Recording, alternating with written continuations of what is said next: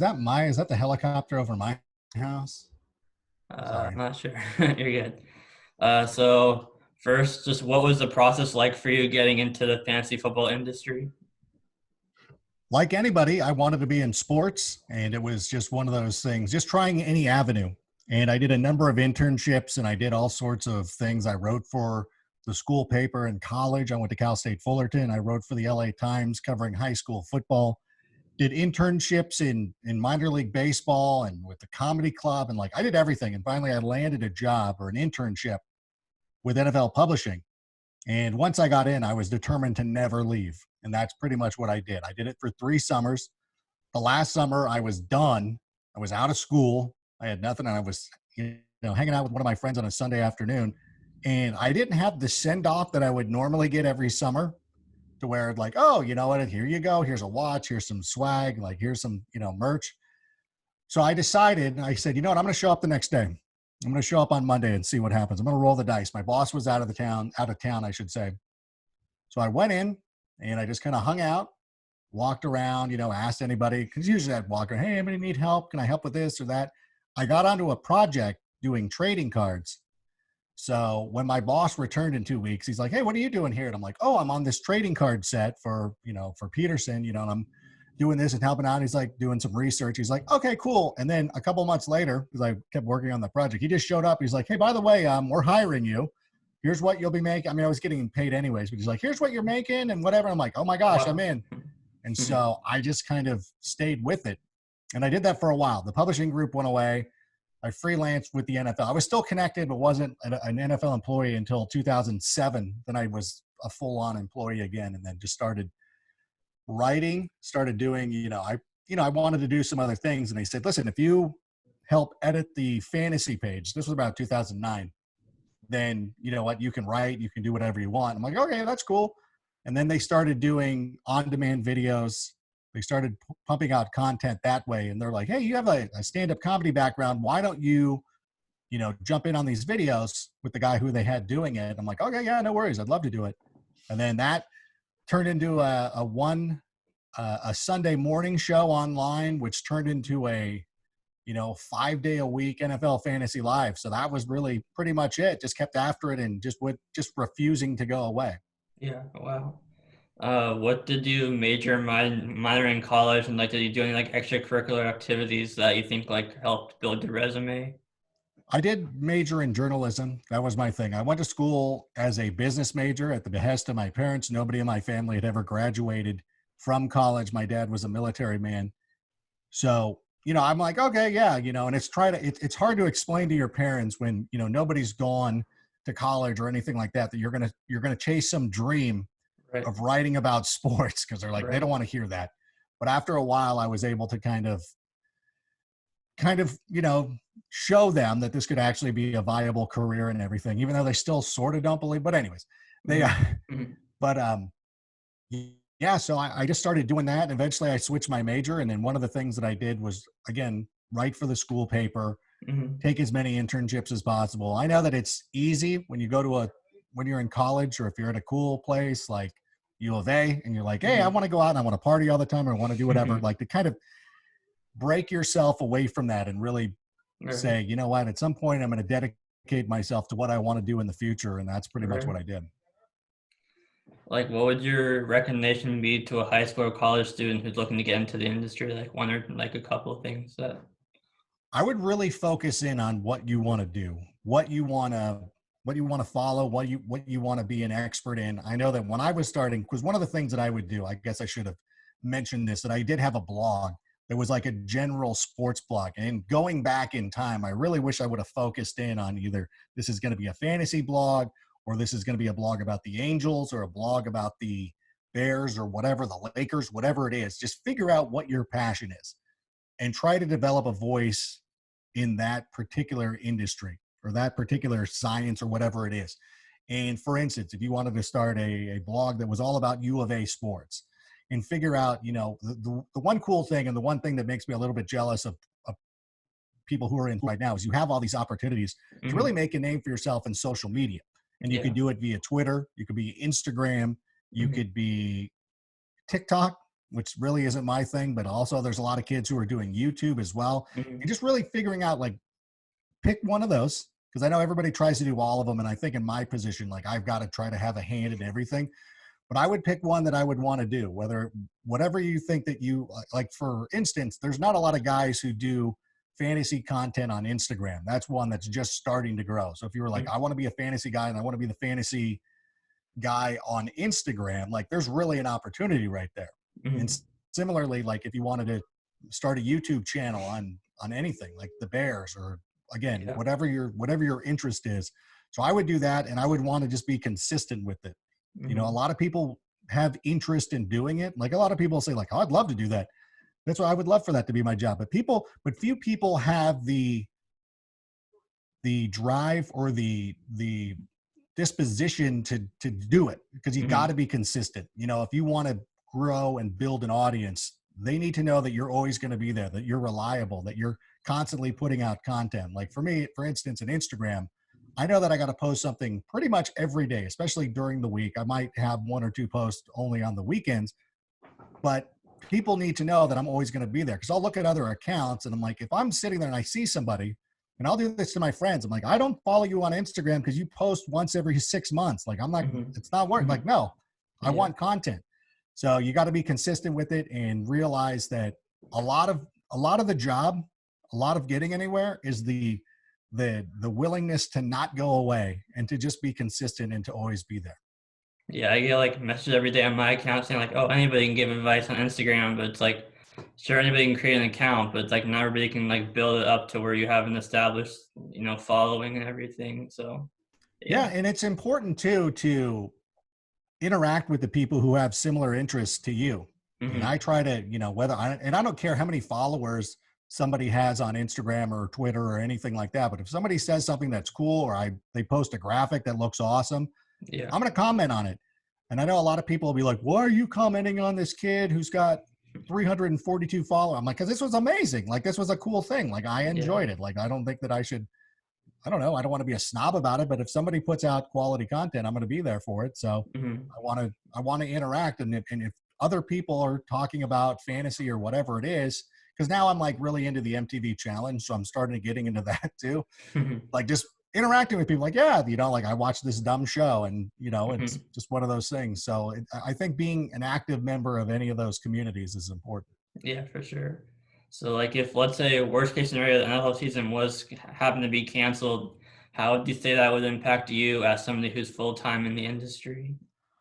Let's not even joke about, no, there's going to be some changes that are going to be that are going to have to be made. And so one of the things, because I was with the NFL when they had a lockout a couple of years ago, and the important thing is to try to find ways to continue to keep people entertained. Now, I have an interest in the history of the NFL, and I believe that we would find creative ways to continue to make content, even if it's not based on real life games that are happening right now. We could take, you see that a lot, like rewatches and things like that, that you could go Yeah. back and do. So that we would have to be more creative in what we're doing, and it would be a little bit different, but I still believe that you can. I mean, it's not going to be the same. You're not going to get the same amount of interest, because the NFL is the most popular sport in America, but it will be a challenge to try to find ways to keep people engaged and to try to have conversations. And perhaps, a lot of it could end up being in gaming. You've seen some of the other major sports where they have their current players. I know Major League Baseball did this with a bunch of guys who are playing the show. Yeah, And I the know we'll NBA have, did it too. Yeah. yeah, we'll have guys playing Madden. So Mhm. there'll be ways. Well, it'll be on us to find creative ways to do it, and it's not going to be impossible, but it's certainly going to be a challenge. Based on what we know right now, what would your prediction be, like whether it be pushed back or canceled? I know Roger Goodell mentioned the other day that right now everything's set to be scheduled, but obviously, anything can change. But I know like June 1st, I believe it was like the NHL is going to return to camps. I mean, that's a good sign, I'd say, for sports to return. But like right now, what would your prediction be for the NFL season? I think that we're going to probably take a nod from some of the other leagues and what they're doing, and not just necessarily in America, but around the world as well. I know South Korea was starting up some of their baseball leagues, and they're playing without fans. And if you look at what the NFL has done during training camps, where they will have controlled scrimmages, and I know that NFL Network telecasts, they televise these controlled scrimmages, and there's a lot of interest there too. So I don't know if we would ever see NFL games without fans in giant stadiums, or they would just find either way, like other smaller venues. I think where the Chargers were playing last year at Dignity Health Sports Park, there might be an opportunity to play games in environments like that, or maybe practice facilities. But those are questions that are above my pay grade. But I still anticipate that there. I mean, the good, not the good thing, but one of the things with football season being so far being a little bit in the future is that we're going to be able to take our lead and get a little bit of time. Like unfortunately for baseball, who is just starting their season, and the NBA and NHL were in the middle, like in the middle of their playoff runs, and Yeah. kind of got thrown upon. They got this thrown at them. But I think for us, we've had an opportunity now to kind of see what we would do and try to make some contingency plans. So I'm interested to see how it's going to play out. But I'm going to follow the lead of our commissioner. If he says that we're going to go until he says otherwise, I'm Mhm. going to prepare like we're going to have a season. Okay, so those are more my business side of the question. So like moving more into fantasy with rookie camps, OTAs, and training camp potentially being limited or completely canceled, does that affect how you view the rookies or players changing teams who might not get a chance to work with the teams as much? Yeah, it's really going to be a huge issue for some of those guys. Like you said, the rookies are not going to get an opportunity. So that means more veterans. Hopefully, they will open up the roster size so they can have some extra players there to help kind of bridge that along. But you think of like quarterbacks who are changing teams, where Tom Brady's going to be going down to Tampa Bay and learning an entire new offense. That's going to be a little bit difficult. And, similarly, that's what made somebody like Nick Foles so attractive to the Bears, was his familiarity with Mhm. Matt Nagy and that coaching staff, and having worked with those guys at other places, that he will have at least a little bit of an understanding of what they want to do and what they want to implement. And, for other players, and I think of like Mitch Trubisky, and this isn't a knock on him, but he's a player who needs a lot of repetitions, who needs a lot of development. He played 1 year of high school football. He started 1 year in college. He's immensely talented, but he just needs to play the game. And these are the guys that I look at and I'm like, I feel I'm disappointed for him that he's not getting an entire off season, because he needs it. And that's not a shot at him, but a lot of these quarterbacks need the opportunity to grow. So it might come down to the quarterbacks who are in the best position. And you think of teams like the Dolphins, they drafted Tua Tagovailoa. They're going to they're probably not going to count on him to play this season, Yeah. but you got Ryan Fitzpatrick, so it might be Mhm. okay.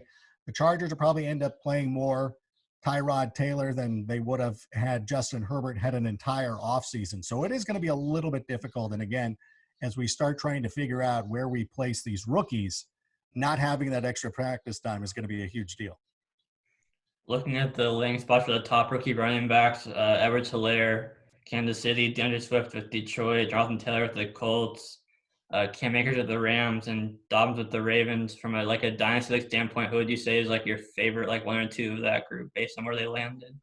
I'm going to go with Clyde Edwards-Helaire. I think that he's in the perfect opportunity, and I know that they already have Damian Williams. They brought in DeAndre Washington, and there's going to be some battles there. And again, because there's no training camps, it might take him a little bit of Mhm. time before he ultimately usurps those players. But based on his talent and his skill set and what we saw him do in college, we know, and especially, these guys coming from LSU and all these big time programs, because that's the one thing about the SEC now, is that they Mhm. really embrace the offense, where in the past it was a defensive conference. Yeah. We couldn't trust those offensive players because we really didn't know. But I think with Clyde Edwards-Helaire, I think that we've got a pretty good grasp of what he's going to be able to do and what he did in a pro style offense. And I think he's a Mhm. perfect fit for the Kansas City Chiefs. And I think Cam Akers is another guy too that I'm looking at. Yeah, He's me too. actually my number two. And I know a lot of people they'll look at Vaughn in Tampa Bay, like those kind of situations. But I look at Cam Akers, and I know that they spent a third round pick on Darrell Henderson last year, and Malcolm Brown's there as well.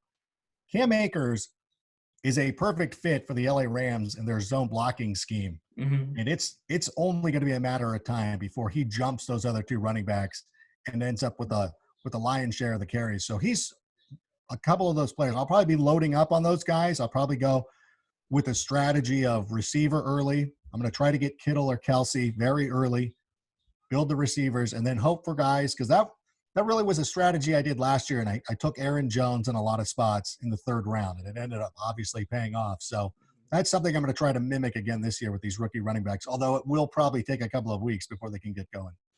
What do you think of Aaron Jones this year with them bringing AJ Dillon? My worry with Jones last year was like he had like somewhat like he had like the two huge games that were like 30% of his production for the whole season. So I'm worried about Jones. What do you think about him? I'm with you 100%. When I put out my initial rankings for running backs, and this is even before the draft, I didn't have Aaron Jones in my top 12, and a lot of people are upset. I said, listen, you can't be that touchdown dependent. Yeah. And I really wish, and I know that you hit the nail on the head. I think the majority, forgive me if I get this wrong, Ari, but I believe it was something like 15 of his 19 touchdowns came in 6 games or something ridiculous, where they were huge games. They were monster games, which is exactly what we wanted. That was perfect. I'm not going to be upset about it. But it was in such short bursts. You cannot trust a guy who, before they even drafted the kid out of Boston College, he was already splitting carries. You can't trust a guy who is so touchdown dependent, who's only playing 50% of the snaps. And now that number is going to drop even further. And this kid from Boston College kind of figures to be a goal line type of back. So, that's Aaron Jones is going to be a player that I'll be avoiding this season. And again, this is one of the things, and Bob Harris, who is one of the godfathers of fantasy football, always says, don't draft last year's best team. Always look to the future and always look to the new situations. And Aaron Jones, thank you for winning me a number of championships last year. But I'm going to be like Paulie at the end of Goodfellas. Now I got to turn my back on you. And I know that's a reference to a movie that you've never seen, but thank you for nodding along and at least placating me. No, yeah, I've seen it. Yeah. Okay, good. It's a good enough movie. I think it translates. Yeah. And it happened to be like the 2 games that he went off. One of them, Jamal Williams was hurt, and the other one, Devontae Adams was hurt. So that also played a role in those 2 games. But what do you think of the landing spots for Judy and Lamb? I mean, it's obviously at first glance it's not great, but I feel like Judy and Sutton are going to be a perfect complement to each other. And then Dallas is a little bit crowded, but I think they're going to be a little more pass heavy at Mike McCarthy and Amari Cooper joining the number 1, and he tends to like disappear in certain games. I feel like Gallup and Lamb could have some big games this year. That's the one thing about CeeDee Lamb is that Amari Cooper is really good, but Michael Gallup is so good. When you look at where Judy went, and Cortland Sutton's good, and I know they drafted KJ Hamler as well. Yeah, Judy is still the undisputed number 2, and perhaps could even be the number 1.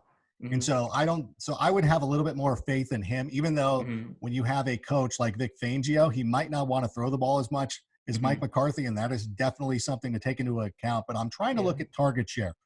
And when you look at what the Dallas Cowboys are going to do with Amari Cooper, and Michael Gallup is so good that it really and I understand what the Cowboys are doing. Like, why would you pass on CeeDee Lamb? Why were the Packers not trading up for him? That's the question. I don't know what the Packers are doing in general.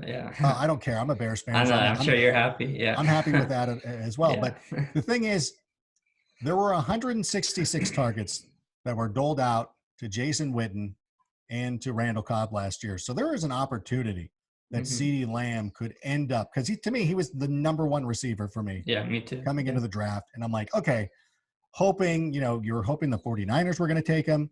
I understand why the Raiders didn't take him. I'm like, okay, they need a speed guy. But I look at it, and based on talent, I would be overdrafting CeeDee Lamb, but it's kind of a delicate balance for me.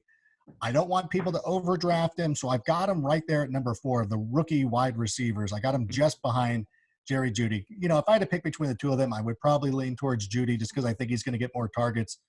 And Judy's already shown, too, he can play in a team with a lot of talented players and still end up doing very well. So it's going to be a great debate, and it's probably going to be one that we have for a number of years, God willing. And so it's going to be fun, but I think this year I'm going to lead towards Jerry Jeudy. Speaking of rookie receivers, I love the landing spot for Jalen Reagor in Philadelphia. I mean, he's not only fast, but he's also extremely strong and physical. And, we know Wentz likes those like fast receivers. I'm not afraid to let it loose. So what do you think about Reagor in Philadelphia? No, I love Jalen Reagor. And I think that when you watch him play, you can't help but be reminded of Deshaun Jackson And I Mhm. know that his 40 time at the combine wasn't that great, but this is one of the things that always bugs me about the combine. It's like we can see him on the field, we can see Yeah. him running Yeah. past people. I don't care what the stopwatch in Yeah. Indianapolis said. Yeah. I'm going to go with him, because of the opportunity. And you know what? He's not fighting people for targets. And so I look at his situation, and to me, he could end up with about 80 receptions. Like that wouldn't surprise me at all. I Mhm. think that he could really climb up and really be a pretty good fantasy option for you this season. I love the opportunity. I love the situation. I love the quarterback. There's not a lot of things to not like about it. So he's currently my number 2 rookie wide receiver. I could be talked into him being the number 1 guy. So who are you drafting first between Christian McCaffrey and Saquon Barkley this year? Well, you know what? I really wanted to play the. I think I'm going to end up going with Saquon Barkley, and not because you're worried about regression for Christian McCaffrey, because Mhm. I think coming in, I think with the new offensive coordinator and the new coach, that they're going to be very good offensively, and Teddy Bridgewater. So I don't know. Ask me in August when I'm not trying to make hot takes or anything like that. I Mhm. might just go back to CMC just because I enjoy watching him. I'm never going to be bummed, but I really love Yeah. Saquon Barkley. I think that the the Giants did a great job of resisting. They could have gone with Isaiah Simmons. They could have tried Mhm. to get one of those top receivers or do something crazy. They went with the offensive lineman. And he wasn't my top offensive lineman on the board, but you know what? You went offensive lineman. That's what I wanted you to do. And now you have a team where they're starting to solidify that. Jason Garrett is the offensive coordinator. When he was calling the plays in Dallas, they were a very good running team. I feel like they're going to lean on him to run the ball. Daniel Jones developing as a passer, they're going to have to rely on Saquon Barkley. What's your stance on Nick Chubb and Kareem Hunt in Cleveland? I mean, obviously, Cleveland addressed the offensive line with Conklin and they drafted one in the first round. Obviously, Hunt will be there, but you have Stefanski coming in who'll bring a run-oriented offense. So what's your stance on those two? If Nick Chubb was the solo running back, if for whatever reason they traded Kareem Hunt or something happened, Nick Chubb might end up being my number 1 running back off the board. But I think that Kareem Hunt's going to eat into his production a little bit enough, or enough to keep him Mhm. from being a first round running back, and that's fine. That happens. The true winner in this situation, though, is going to be Baker Mayfield because, as you Mhm. said, they drafted their left tackle.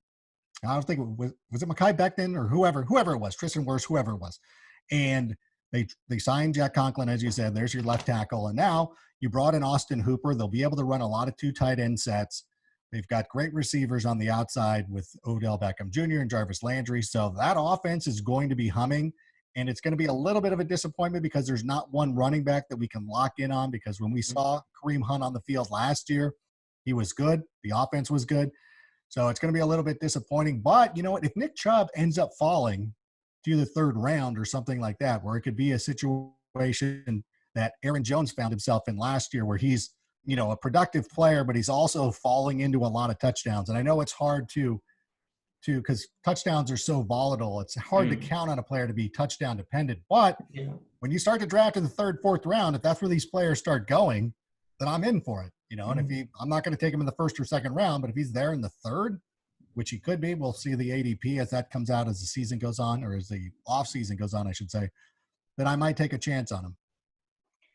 So Josh Jacobs is a player I'm higher on than most. I mean, he was a workhorse. He played through the shoulder injury, and he's like a top 15 running back at borderline. He missed 3 games, and I think he'll see more work in the receiving game without DeAndre Washington there. And I think Gruden's always had that one running back he's relied on. I think heading into last year, Gruden's RB1s like averaged like over 260 carries like for the season, or 260 touches for the season. And Jacobs had like 262, and he missed 3 games. So I think he'll take that next step forward. What do you think about him?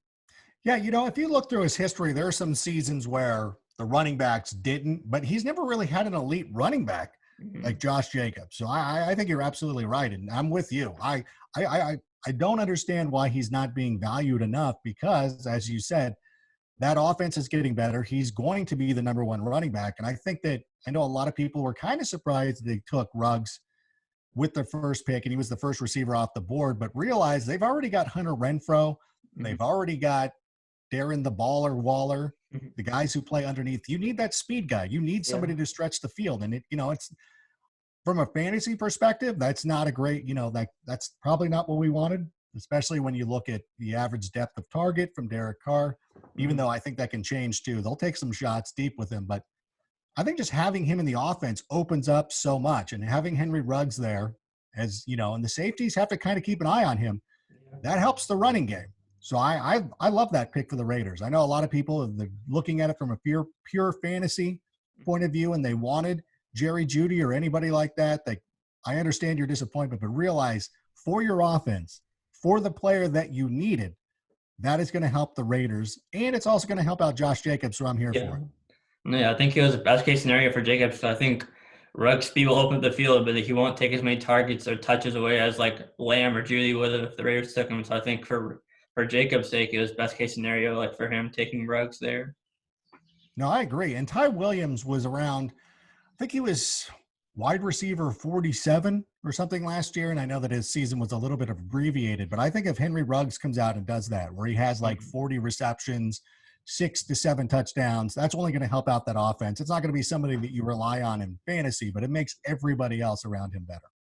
Yeah, and then Kenyan Drake and Austin Eckler, two guys I'm definitely a little bit higher on than most. I mean, if you look at Drake, he was the number 3 running back from week 9 on once he traded to Arizona. He played like 80% of the snaps in that span. He had was like 85% of the carries, 14% of the targets, and like he was like a full-on workhorse in that span. I think he always had the talent, but he just kind of held back by Adam Gase. But I think even like he's not gonna be like a workhorse who's like 25 plus touches, but I think even like 15 to 20 touches a game, like he's efficient enough to where he'll still be like an RB1. What do you think about both Drake and Eckler? Yeah, I love both those players. I think Kenyan Drake is one of my favorite players coming into the draft. I think that, we don't see the running backs as much anymore who carry the ball 300 times. Those days are in the past, and they're few and far in between unless you're playing for the Tennessee Titans. But with what Cliff Kingsbury is going to do with this offense, and now that you have DeAndre Hopkins to go with Christian Kirk and Larry Fitzgerald, that's only going to make Kenyan Drake better. I know that a lot of times that people feel like, well, they're competing for carries, or touches or anything like that, which is true. But if your offense is moving the sticks more and you're on the field more, that only helps. And if the Cardinals are a better team, there's going to be more opportunities for him at the end of games to get a couple extra carries that he might not have had and when he was in Miami or whatever was happening. And Austin Eckler being the guy in Los Angeles, we saw it last year before Melvin Gordon returned. And I love Melvin Gordon. I think Melvin Gordon's going to be fantastic with the Denver Broncos. The thing is, with Austin Eckler, we saw in those first couple of weeks how good he is. Like he is going to be a good running back, and he's going to be very productive for you. And the handcuff is actually going to be Joshua Kelly, who I think is vastly underrated. I thought that the situation at UCLA is ridiculous. I don't know how this program got into such disrepair, but Chip Kelly's really trying to turn it around. And Joshua Kelly, maybe 2 years down the road, when this UCLA program gets back, that perhaps he could have really shown out. But I think the current situation in Westwood didn't give him an opportunity to really show what he could do on the field. But I think that now he's there with the LA Chargers, we're going to see a little bit more out of him, and I expect him to move past Justin Jackson. Okay, so this is my last question. So if you're like drafting today, who's like one sleeper and one like bust, or like one player you're higher on the most, one player you're lower on the most that you would say like if you're drafting today? Yeah, we've covered the two guys I always think of as like Aaron Jones. I don't want to be part of. I love Kareem Hunt and Josh Jacobs. But if we're looking around for some other players who, well, this isn't really, this is good. I will say this. Here's a couple of hot takes here or there. Number one, Chris Godwin is going to be my number one receiver off the board. I know that everybody's going to be looking at Michael Thomas, and I know you're like, well, Rank, what's going on? He was the wide receiver too last year, and I understand that. But he had 86 receptions. He is going to have at least 100 with Tom Brady. That offense is going to be running through him. So I really love his opportunity. My first receiver off the board is going to be him. I would really want to get George Kittle as well. I know a lot of people – one of the best strategies I thought last year is I was taking Travis Kelce in the first or second round and getting my top wide receiver, getting Travis Kelce. I know that you can go out and hopefully you get lucky with somebody like Darren Waller or a player like that. But I really do believe that if you have tight end locked up and you don't have to worry about it, it makes your life so much easier. When people are sitting there upset because Will Dissly's out for the year and you don't have to worry about that stuff, I think it's amazing. Although I do think that when Will Dissly does return, he should end up being a very good player. So I love him a lot. Aaron Jones, I'm avoiding. I don't want any part of I don't even want Aaron Rodgers. What about, gosh, this is such a good question. I really wanted to get deeper into Josh Jacobs because that is one of my favorite players. I think that, again, some of the players who didn't work out last year, who people are trying to avoid. I think, again, Baker Mayfield is one of those guys that you're kind of like, everybody wants to avoid him now because everybody was so hyper on him last season that now they're like, oh, I don't want anything to do with him. It's kind of like when you get food poisoning in a place and you're like, dude, I'm never eating at that spot again. People do that with fantasy football players. When they get burned one year, they're like, never again. Don't be afraid to go back. One of the guys that when you start looking at the quarterbacks, and normally when you look at rookie quarterbacks, you're like, they're streamers or whatever. Looking at Joe Burrow and what they're doing with him and how they've surrounded him with so many great players. Now, obviously, you're hoping that AJ Green is going to return. But Auden Tate played well last year. Tyler Boyd's a good receiver. And then you bring in T. Higgins. They're really trying to make Joe Burrow a thing. And it's almost getting to the point where I'm looking at him and I'm like, is this a QB1 right now? Is there you start thinking about the end, like, if I'm having to choose between Joe Burrow and Phillip Rivers, you think the Colts are going to be a better team. They might not be running the ball or they might not be throwing the ball as much. There could be a real good opportunity for him. So I like Joe Burrow. I like Drew Lock this year. I thought at the end of last year, he was a pretty good player. He came in, he made Deshaun Hamilton a thing. We won't have to worry about Deshaun anymore, but he also got the ball to Noah Fant, who is a tight end that I'm looking at. I know my friend James Coe and we have a dynasty team together. We got into an argument about Noah Fant. He's like, I don't like him. I'm like, I love Noah Fant as a player. And I think that going over the next couple of years that he's going to end up doing really well. I think Hayden Hurst ended up in a pretty I like good Hurst a lot. right? Yeah. So if you miss out on guys like Kittle and Kelsey and you're like, okay, you're going to bind, both of those guys are very good. I think Tyler Higbee, what we saw out of him at the end of last season was very impressive. If I'm not mistaken, either 4 of the last 6 games or 6 of the last 8, but I think it was 4 of the last 6. He was over 100 receiving yards. He had a nice stretch. He set the LA Rams club record for receiving yards for a tight end. They're going to continue to lean on him. I think that, we saw Cooper Kupp play amazing, but after Cooper Kupp had that 200-yard game against who was it against? The Bengals. He didn't really do as much, and a big reason why was Tyler Higbee. So I really love him. So I'm getting into him. I'm going to let Cooper Kupp slide a little bit. Plus the guy that they drafted too, the receiver they drafted, I think it's Jefferson. He kind of traits as a Cooper Kupp type of player as well. So I'm looking at those guys. I'm looking at Baker, looking at Drew Lock. Kyler Murray is going to be an automatic. I think everybody's going to go after him. Like, if he's not the third quarterback off the board, then I would be shocked. But, yeah, Damian Williams, avoid. I think Kerryon Johnson, done. Like, I think DeAndre Swift comes in and takes over for him. Trying to go through the league right now. Jordan Howard, like, what is going on with Jordan Howard? Like, the Miami Dolphins, I don't know, the draft is going on while we're doing this, but even if they draft somebody in the 5th or 6th round or whatever it is, Jordan Howard, could he end up being a number 1 running back for the Miami Dolphins? They traded for Matt Breida today, so it'll probably be a Damn it. You're breaking this news for me. All right. And then the 49ers traded Marquise Goodwin to the Eagles too.